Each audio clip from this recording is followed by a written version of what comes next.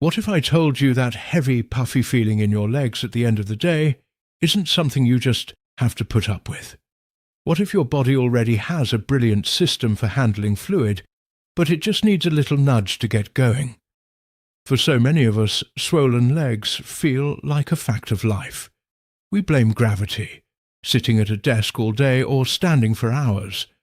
And while those things definitely play a part, they're not the whole story. The full story is that fluid can pool in our lower legs, making them feel tight and uncomfortable. But our bodies are designed with a remarkable network to manage this. This system is supported by something simple: movement. The problem? Our modern lifestyles often don't include the right kind of movement. We get stuck in one position for too long, and this incredible system can get a little sluggish. The great news is we can consciously give it a helping hand. There's a specific, gentle sequence of movements that can encourage this fluid to move from the legs back toward the center of the body, where it can be processed. It all starts not with your legs, but with your breath. In this video, I'm going to walk you through this full sequence, step by step. We're going to learn how to use a powerful breathing technique to get things started, followed by a series of movements designed to support your body's natural muscle pump systems. This isn't about intense exercise, it's about smart, sequential activation. But first, a really important note. This routine is designed to help with the general, mild swelling many of us get from daily life. If you have swelling that is sudden, painful only in one leg, or comes with redness, heat, or shortness of breath, please see a healthcare professional right away. This can be a sign of a more serious condition, like a blood clot or heart issue that needs proper medical diagnosis. This video is a guide for wellness, not a substitute for medical advice.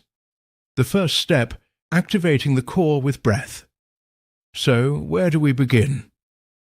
It might feel a little backward, but the first step to helping your legs is to focus on your torso. Think of it like this. If you want to clear a traffic jam, you first have to make sure the main highway ahead is open. In our body, the central hub for our lymphatic system, a key player in fluid balance, is in our chest and abdomen. We can gently stimulate this area using a technique called diaphragmatic breathing, or belly breathing. The deep movement of your diaphragm, your main breathing muscle, creates gentle pressure changes in your torso. This change can have a subtle but profound influence, helping to encourage fluid flow up from the lower body. It's a foundational way to signal to your system that it's time to get things moving. Let's try it together. You can do this lying on your back on the floor, a yoga mat, or even just in bed. Bend your knees and place your feet flat on the surface. Let your back relax. Now place one hand on your upper chest and the other on your belly, just below your rib cage. For a moment, just breathe normally and notice which hand moves more. For many of us, it's the hand on our chest. We tend to be shallow chest breathers. We're about to change that. Now let's begin the technique. Take a slow, deep breath in through your nose for about 4 seconds. As you inhale, try to guide the breath down into your belly. Your goal is to make the hand on your belly rise, while the hand on your chest stays pretty still. Feel your abdomen expand. Hold it for a moment at the top. Then slowly exhale through your mouth for about 6 seconds. As you do, feel the hand on your belly gently fall as your abdominal muscles engage. Think of your belly button drawing softly toward your spine. Let's do that again. A slow inhale through the nose, filling the belly. Chest hand is quiet, belly hand rises, and a long, slow exhale through the mouth. The belly falls. Continue this for 5 to 10 repetitions. Don't force it. The goal is relaxation and rhythm. You're using your body's most fundamental movement, the breath, to create a gentle internal pressure change that serves as the starting signal for our entire sequence. This is the foundation for everything else. This video is for educational purposes only and is not medical advice. Always consult your physician or qualified healthcare provider before starting a new health or exercise routine or regarding any medical condition. Never ignore or delay seeking professional medical advice based on this content. Clearing the pathway, upper body mobility. Now that we've gently cued the core with our breathing, the next logical step is to make sure the pathways leading to it are open. Sticking with our traffic analogy, we've signaled the main highway is clear. With our breathing, now we're clearing the on-ramps. Stiffness in the upper and middle back or thoracic spine is incredibly common, especially for those of us who sit at a desk. This stiffness can create subtle restrictions that impact everything from posture to circulation. So our next movements are focused on gentle mobilization of the shoulders and trunk. Let's start from that same relaxed, lying down position with your knees bent. First, simple shoulder rolls.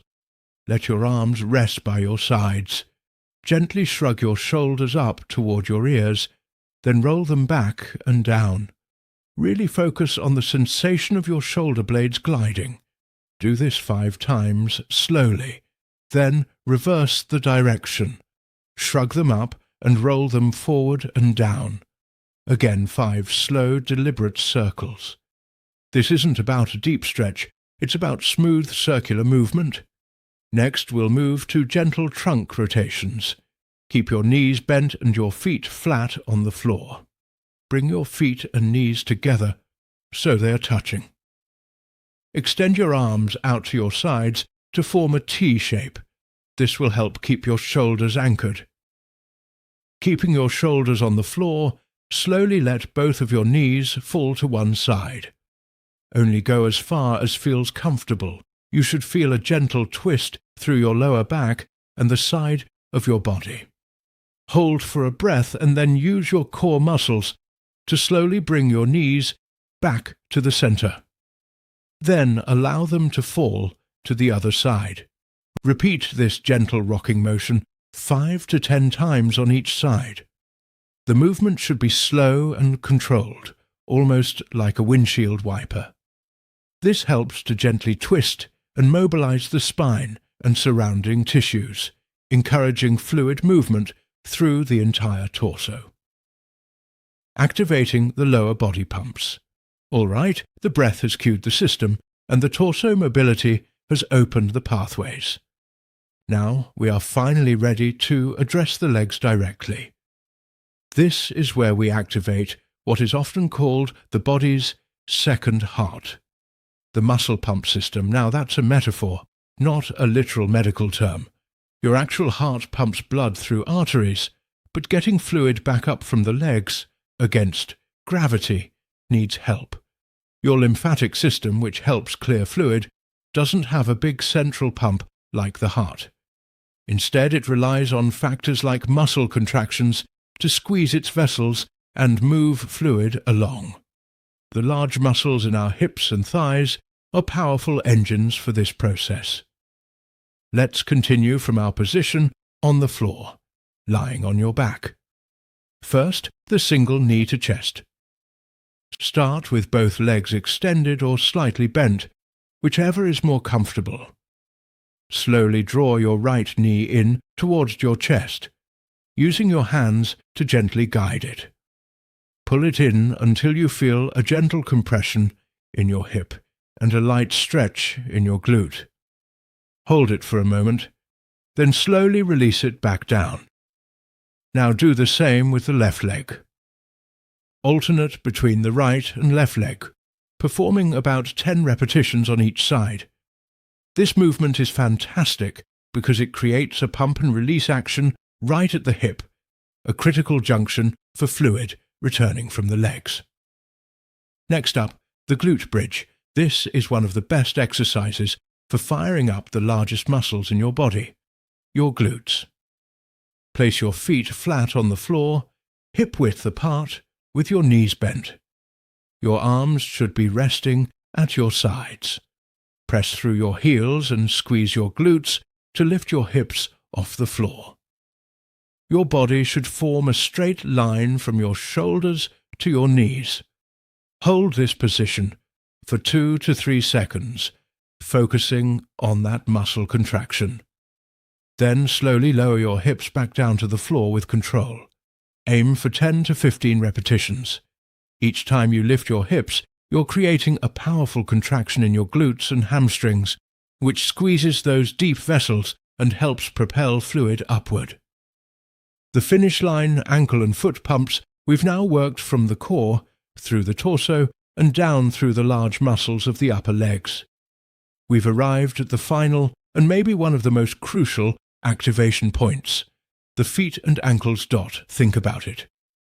Gravity has its strongest effect at the points furthest from the heart. That's why fluid so often pools in our ankles and feet.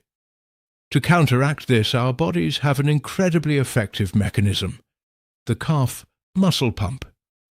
Every time you contract your calf muscles, they squeeze the deep vessels in your lower leg, forcefully pushing fluid up the leg. It's a powerful part of our internal fluid moving system, and these next exercises target it directly. You can do these lying down or even sitting in a chair. Let's begin with the most fundamental movement, the ankle pump. With your legs extended, simply point your toes away from you as if you're pressing a gas pedal. Hold for a second. Then flex your foot, pulling your toes back up toward your shins and feeling a nice stretch in your calf. That's 1 repetition. Point and flex. Create a slow, rhythmic pumping motion. Do this for 20 to 30 repetitions. This simple action is one of the most direct ways to turn on that calf muscle pump. It's an exercise you can do anytime you're sitting for a long period, at a desk, on a plane, you name it. Next, ankle circles. Keeping your legs still, draw slow, deliberate circles with your big toe, as if you're drawing a large circle in the air. Do 10 circles in one direction, and then 10 circles in the other. Then switch to the other foot and repeat. This mobilizes the ankle joint and engages all the small supporting muscles in your lower leg and foot. By focusing on these specific, targeted ankle movements, you are activating the final station in our drainage sequence. You're helping to squeeze out stagnant fluid from your extremities and send it on its journey back toward your body's core. The cool down. Gravity is your friend. We've done the work. We've used our breath and a specific sequence of muscle activations to encourage fluid to move from the bottom up. Now it's time for the final, passive, and deeply relaxing step, using gravity to our advantage. The goal here is simple. We want to give all that fluid we just mobilize the easiest possible path back to the center of the body. The simplest way to do that is to elevate our legs above the level of our heart. There are 2 great ways to do this. The classic method is legs up the wall. If you're near a wall, scoot your hips as close as you comfortably can and swing your legs up to rest against them. Your body should be in a rough L shape. If this feels too intense on your hamstrings, just scoot your hips further away from the wall. No wall handy? No problem.